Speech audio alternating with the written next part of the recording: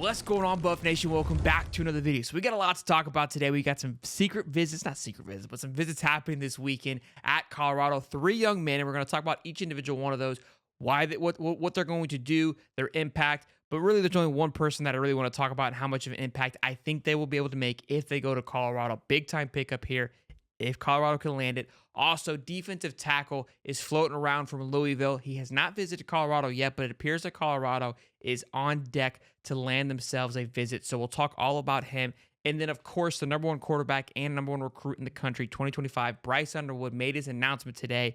We were live for it. Great time. Took a little bit longer than expected. He did, however, commit to Louisiana, LSU, alongside the number one running back for 2025 and the number one wide receiver for 2025. So LSU has put together one hell of a little trio there with the number one quarterback, running back, and wide receiver. It's early, potential to flip. I would be surprised if they flipped it, but Brian Kelly being at LSU and Jim Harbaugh at Michigan, there's a little bit of a thing happening there.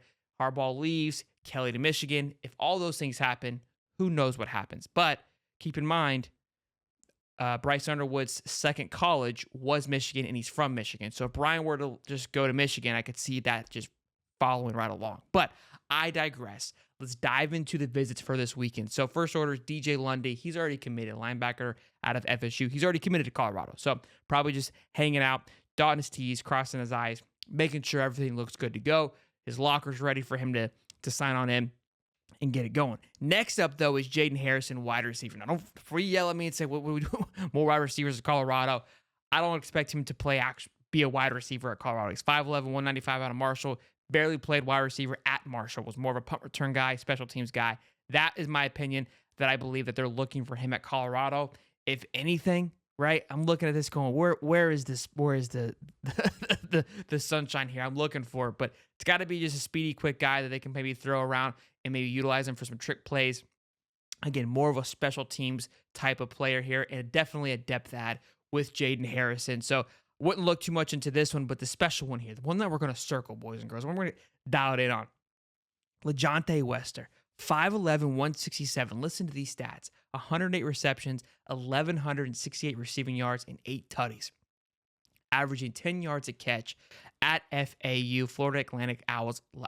Florida Atlantic Owls last year was obviously the number one wide receiver. If you look at his PFF score, it's absolutely through the roof, and it's been climbing since his freshman year from 68, 68, 70, and then finally an 83.4, landing him as the 32nd best wide receiver in the country. So this would be a massive haul if they were able to land LeJontay Wester. Not sure if Jaden Harrison's a package deal. I don't know. I don't know how you could have just two into the spectrums there, but this would be a massive haul again to add to what is, I would already say, a pretty elite wide receiver room.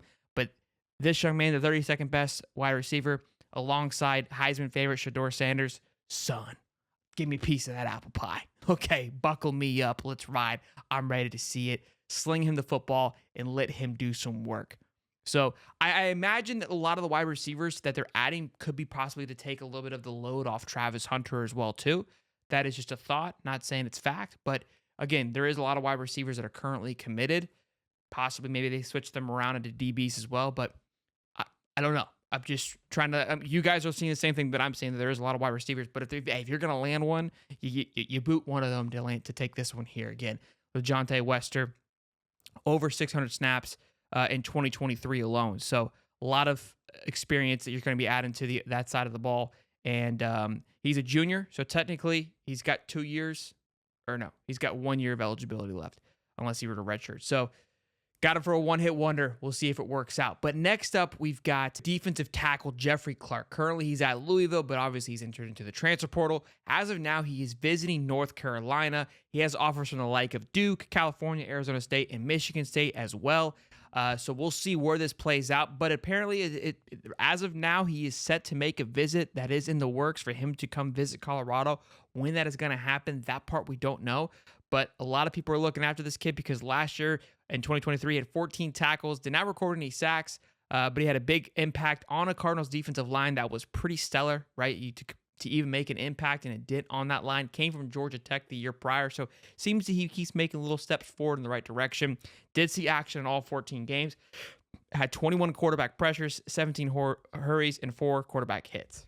And his PFF overall score was at 77.1 on a total of 316 defensive snaps. So this would be a nice addition to the defensive line that is already beefed up from what it was last year in the transfer portal. Again, we'll keep our eyes and ears peeled on when this is expected to happen, the visit. So I know Coach Prime wanted to add a few more to that defensive line, and this is one of those additions we were likely to see. Look, if they can lock up Jeffrey Clark and the Lamonte and LeJounte Wester, the wide receiver out of FAU, I think that'd be one hell of a close to the 2024 overall recruiting class, including the transfer portal. So we'll see how it plays out. They currently sit overall 21st.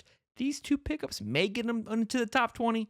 Overall, I think it was a healthy close and a healthy finish. And then obviously we'll continue to monitor how this the last signing day in February, if they do land anymore for 2024. Don't believe that they will. They've done a pretty good job. They've got more guys coming in than they had left leaving the transfer portal. Seems to me that things are starting to work out in the right direction for Colorado. Hope you guys are enjoying the content. Feels good to be back after I was under the weather. Be sure to smash the like button, subscribe. We're on the way to 8,000 subs, and I'll see you guys in the next one. Peace.